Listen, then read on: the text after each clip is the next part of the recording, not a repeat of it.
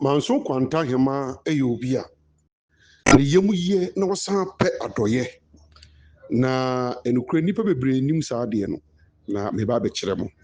Manso kwanta hema obi a se eduru afesu sei na afe na duru no na bibia si no Manso kwanta hema be frɛ mpatamu hɔ no mo ekunafo ewo mpatamu hɔ nyinaa na wakyɛ omomo akyɛ omontoma akyɛ omade nyasam kitwa na wɔyɛ saa de o afi bia de ma ekunafo enu achi no nso emabaawa a eni adwuma Manso kwanta hema timi organize ona ekyire samana ye ene omo a ekyire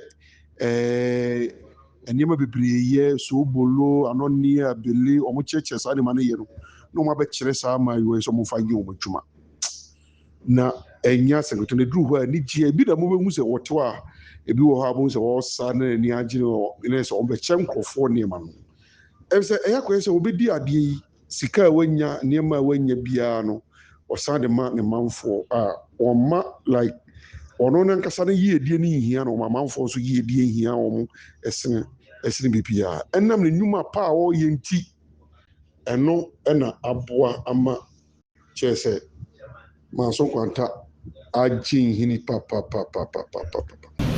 Hey, ene de won ni o. Won fa ti se de manya won fa waka yi mu. Na won fa so won sam ka kire mo. O de ba kese na mbetie de na won fa ye ma nko. Bia. Go for the twetwen komadi. Many go president na adi ahia. Mpani say ni OCPC tan wodi mu akote ne nyemu abasobo.